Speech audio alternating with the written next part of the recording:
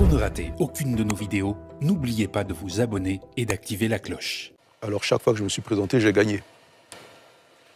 Donc vous avez devant vous un champion qui va rencontrer d'autres champions. Et il va falloir avoir qu'un seul vainqueur. Et j'ai l'intention que ce soit moi le vainqueur. Donc je me suis préparé pour ça.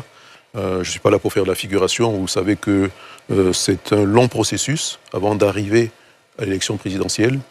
J'ai une carrière politique bien connue, commençant par la mairie, le conseil économique, la présidence de la chambre de commerce et d'industrie, un ministère, aujourd'hui député, avant de prétendre devenir président de la République.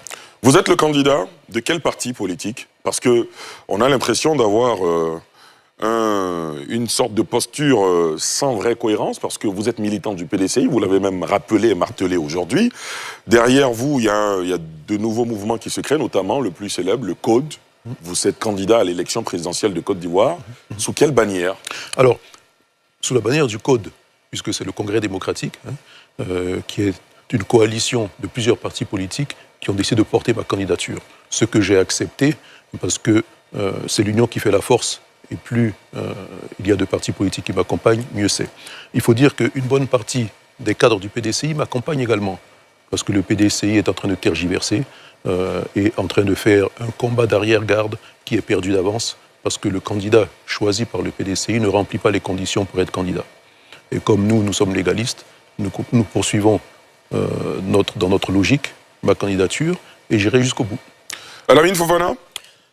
Déjà, bonsoir à notre invité, bienvenue. C'est toujours un plaisir de voir des Ivoiriens qui partent à la conquête du destin commun. Donc, c'est déjà à encourager, c'est salutaire d'avoir une ambition présidentielle pour le parcours aussi qu'on connaît de l'homme, autorité politique déconcentrée au titre de ministre, autorité politique décentralisée au titre de maire, autorité politique législative au titre de député.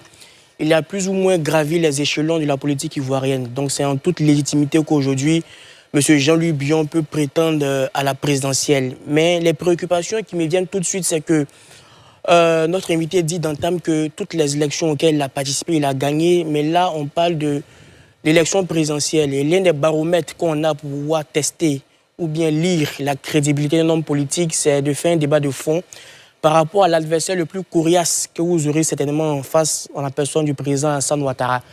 Alassane Ouattara en 2010, c'est 1 400 000 voix au premier tour. Alassane Ouattara en 2015, c'est 2 600 000 voix. Alassane Ouattara en 2020, c'est près de 3 600 000 voix. Donc quand on regarde la marge de progression de l'homme, on se dit que